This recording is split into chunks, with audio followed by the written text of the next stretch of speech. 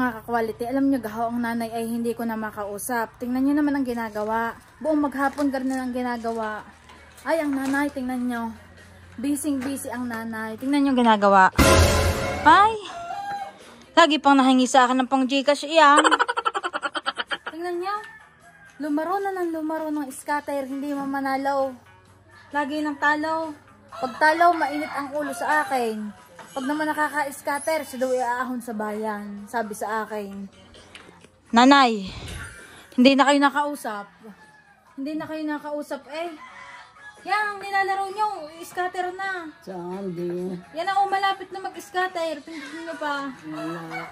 Sige pa. Ako, ubos na ang pera ko eh. Kakahingi ng nanay sa akin. Lagi sinasabi eh.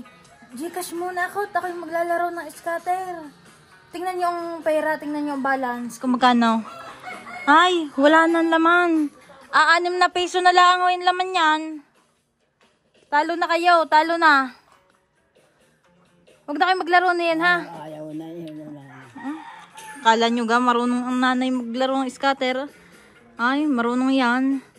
Sige pa, pindot pa. Bakit may 6 na piso? 6 na peso na ang pera ninyo. Huwag na kayong hihingi sa akin, ha? Huwag na kayong hihingi. Wala na sadya. Garnay, oh. Wala na. Talo na kayo, oh. Isa pa.